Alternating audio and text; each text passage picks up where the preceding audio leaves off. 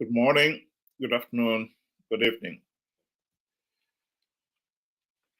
The IMF has held Zimbabwe's monetary policy stance, saying that the ZiG currency has ended the bout of instability.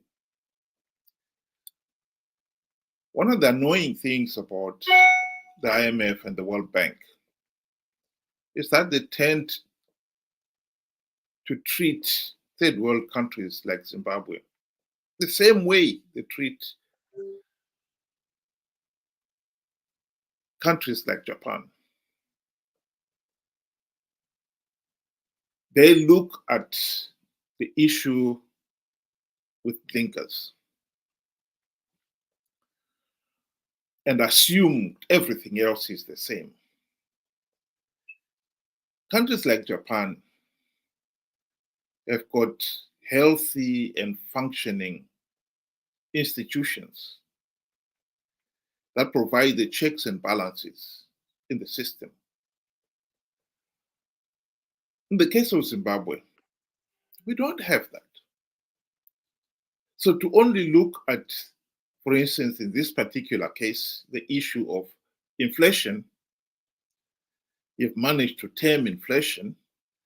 According to IMF, they project that inflation of the ZiG will be as low as 7% by the end of the year. If you only look at inflation, then yes, maybe the regime has achieved something. But you've got to look at how they achieved it. The country's hyperinflation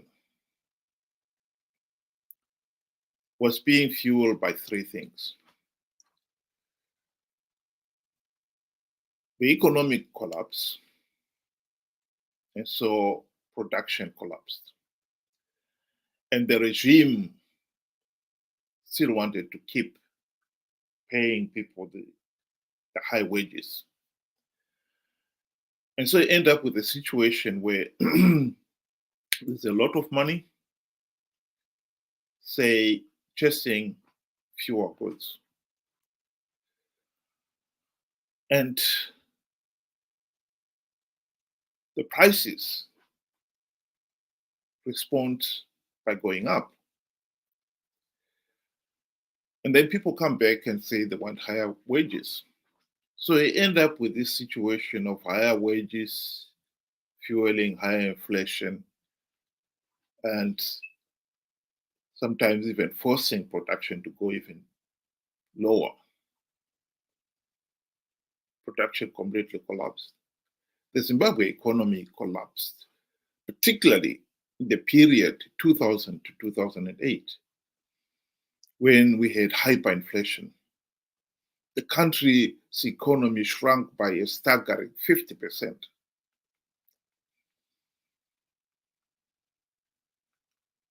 Yes, you can control inflation, but in this case, lowering the wages, or as this regime has done, doubling that up by making the ZiG hard to get.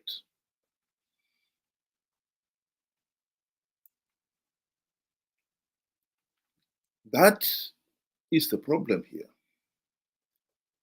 If these IMF buffoons, they are buffoons, expert as they may be, they're still buffoons, had asked the people, how many of you guys have ever touched the ZiG currency? They would have been surprised. Why is it in a country where banking facilities are a luxury, credit cards are a luxury, in the rural areas where the 60% of the population live, they have got to do their transactions, any economic transactions, with cash. They don't have a credit card. They don't have a checkbook. So they rely on cash. And the local currency was supposed to fill in the gap that was left by those who do not have ready access to foreign currency. Some of it in the form of change. If you give somebody a $5 note,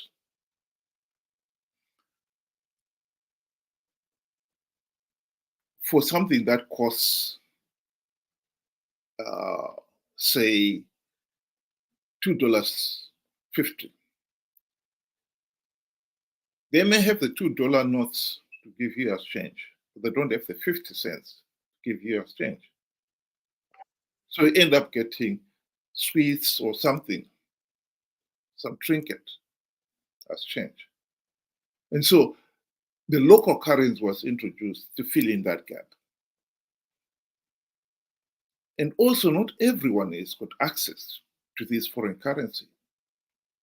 So the local currency filled in that gap too. But when you make the local currency so hard to get, people queue for hours on end sometimes to try to withdraw the ZiG. And when they get to the till, they're told you can only withdraw a certain amount. That is how Zanu PF has managed to control inflation of the ZiG, and making it very hard to get the ZiG. Yes, there's been the eco cash, where you get your ZiG on a swipe. But how many people have got the swipe machine? Besides, each time you use that swipe, you get charged 2%. Over and above the normal VAT and so forth.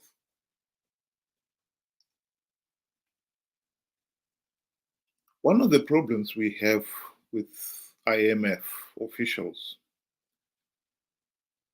like I said, is they look at a country like Zimbabwe and look at, my brief is to look at the economy.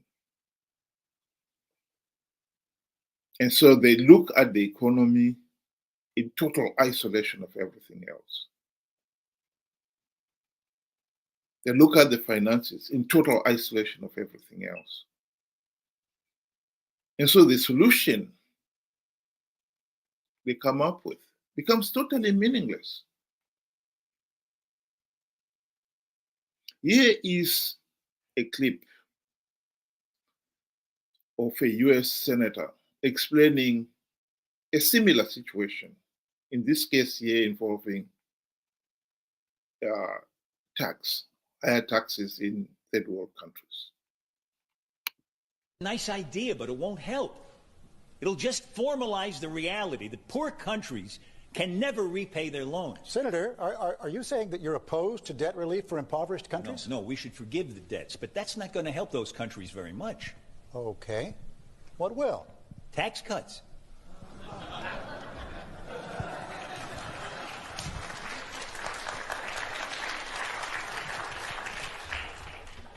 Some African tax rates are the highest in the world. In Tanzania, the 30% rate kicks in at $475 of income. Plus, they have a 20% value-added tax. It gets added to everything you buy. Those high tax rates make it impossible to build capital in those countries. So nothing gets built, not factories, not roads, not anything. Poor African countries have the lowest wage workers in the world. And yet a company like Nike, for instance, can't put a factory in one of those countries because of the oppressive tax rates. Taxes have killed any possibility of economic development. They've killed any hope of these countries ever helping themselves. And that leaves them completely at the mercy of charity and loans. And here's the worst part. You know why those countries have such high tax rates? Because of us. to show us that they can raise enough money to pay back their loans. But taxes can't raise any money if they kill the economies.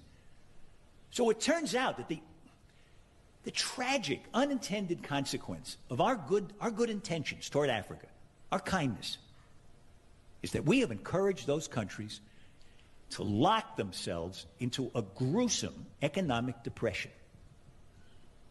If we don't urge those countries to cut their tax rates, they will never grow their economies. People will live lifetimes of unemployment. Disease will be rampant. Poverty will be permanent. And children will be hungry. And our charity will never be enough. Never.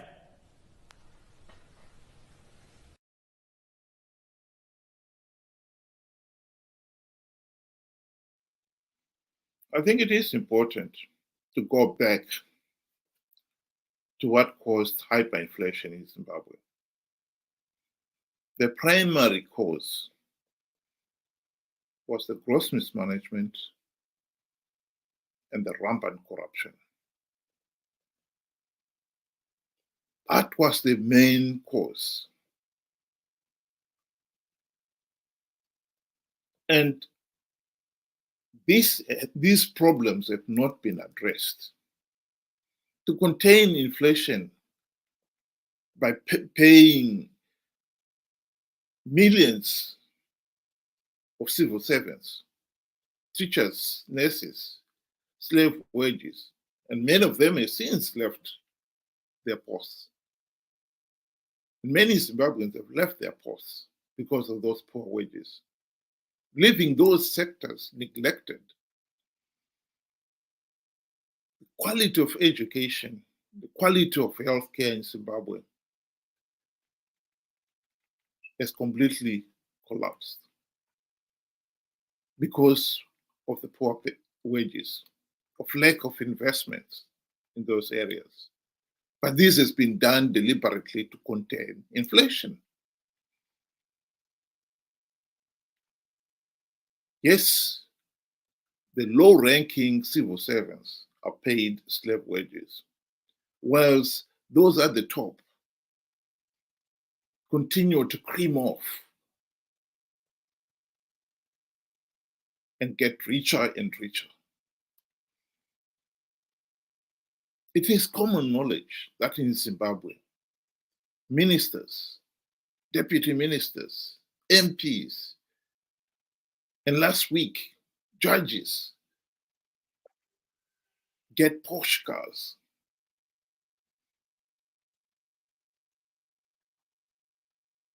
Last year's elections, the ruling elite were getting early Christmas presents in June, bribes from Mnangagwa to help him rig the elections.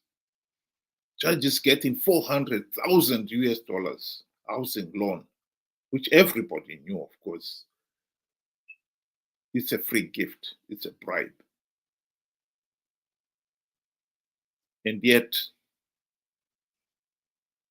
you go to a big hospital like Pararenyatwa, you find they don't even have painkillers. And if Pararenyatwa does not have painkillers, you can only imagine what the district hospitals in the rural areas, the sorry state they must be in.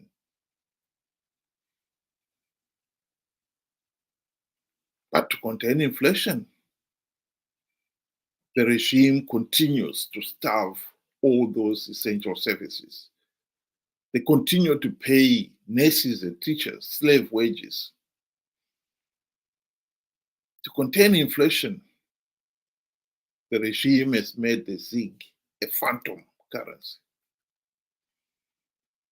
And here we have IMF officials going to Zimbabwe an official visit to assess the country's economic performance. And they come out with this idiotic remark that Zimbabwe is doing very well. It's managed to contain inflation. That's all they care about. They don't care how the regime has managed to contain inflation. I don't think Zimbabwe, with its 7% inflation, is solving anything. The country will still be socially, economically, politically, and morally unstable because the current economic situation is not sustainable. You cannot have a few living in such luxury while millions live in abject poverty. This situation is not sustainable. And the IMF should be able to say, yes, you have managed to contain inflation, but the way you've achieved it is not going to help you. Just as that senator was talking about taxes, it is common knowledge that the IMF solution in cases like that would be to increase taxes.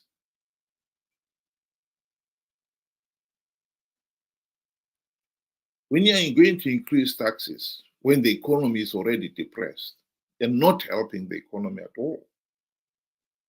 You're depressing it even more. And I think the same can be said here.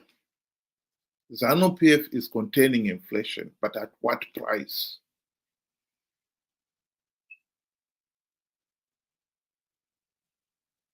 We can have a stable currency and economic growth. These are not mutually exclusive. We can achieve those. We need to contain the gross mismanagement, the rampant corruption. And in our case, we cannot address those issues without first addressing the problem of rigged elections. As long as Zanu PF is in power, they are not going to address those things. We all know that the godfather of corruption is Mnangagwa himself. This is at the root of it. He is not going to stamp out corruption because he is the chief beneficiary of corruption. And right now, they are rigging elections to keep themselves in power. And so we are caught up in this vicious cycle of where we have got corrupt individuals who are in power and we can't get them out. And it is annoying that the IMF would come into a country like that and tell us that everything is okay. That's because the regime has managed to contain inflation at the price of throwing millions of our people into abject poverty, looking at the whole nation into economic collapse. Before I close, I'll just play a video of Jonathan Moyo explaining this very problem of corruption and why Zanu PF is rigging elections to stay in power. Are you corrupt? No, in fact, this is laughable. Seriously laughable. First of all, this is an accusation coming from the most corrupt politicians and public officials in the history of our country. They cannot account for the assets that they have. The richest individual in the Republic of Zimbabwe is Emmerson Mnangagwa. The one person who was responsible for setting up Zanu PF companies when he was the Secretary for Finance of the ruling party is Emmerson Mnangagwa. There is no cent that comes from those companies, including a bank, including investments in the region in countries like Namibia and even South Africa.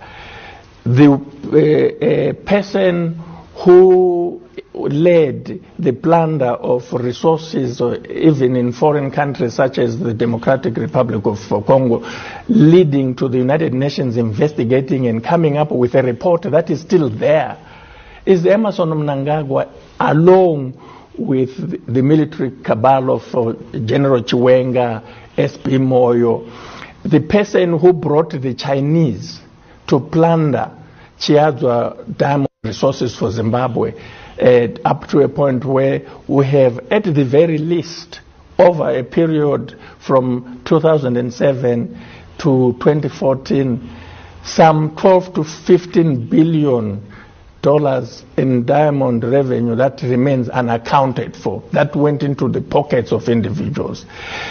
These people have staged a coup, not just to grab power for the sake of grabbing power, but in order to cover up their corruption. That command agriculture was nothing but a looting scheme. There we have it. Containing inflation without addressing the fundamentals of the gross mismanagement and rampant corruption is not going to get us anywhere. And I will challenge the IMF to dispute that point. It really is disappointing that we have institutional bodies that keep on coming with solutions that are so narrow in their interpretation of the realities on the ground that they are totally misleading. We want a solution to Zimbabwe's economic problems, economic and political problems. We cannot solve the economic inflation problem in isolation, much less by cherry picking. Zanu PF is containing inflation by cherry picking. They have made it very difficult for the ordinary person to carry on their day-to-day economic activities by making the thing very difficult to get. It's a phantom currency. They've also condemned the teachers, nurses, and other low-ranking civil servants to slave wages for the sake of containing inflation. How anyone can praise that beggars belief. That is not a recipe for economic recovery. That means the economy is still stagnant and we're not doing anything about it. The mismanagement, the corruption are in overdrive, and we're not doing anything about it. Those are the issues we should be concerned about.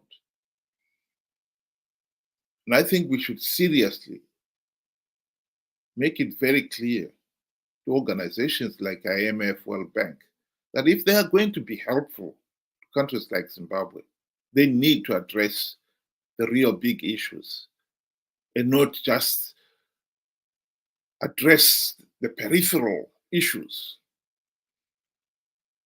and pretend that all the other issues will be addressed by somebody else.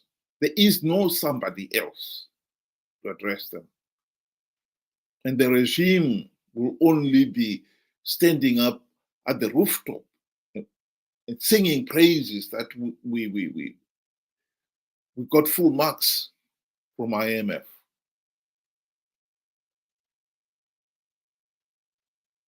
We don't want half-baked solutions here. We want the real solutions. And I must say, I am really disappointed with this IMF report. It's totally meaningless, of absolutely no value at all. Why they bother even to visit Zimbabwe beggars belief. If they don't want to help us, they should stay where they are.